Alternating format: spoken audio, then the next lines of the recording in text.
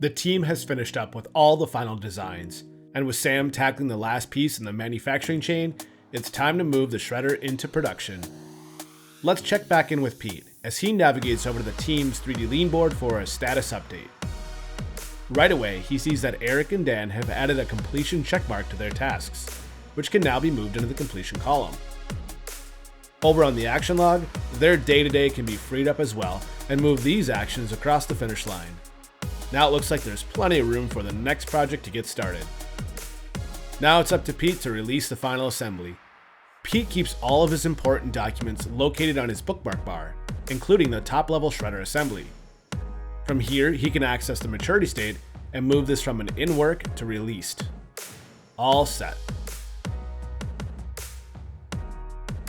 A quick congratulatory post in the team's collaborative community, and this project is ready to go.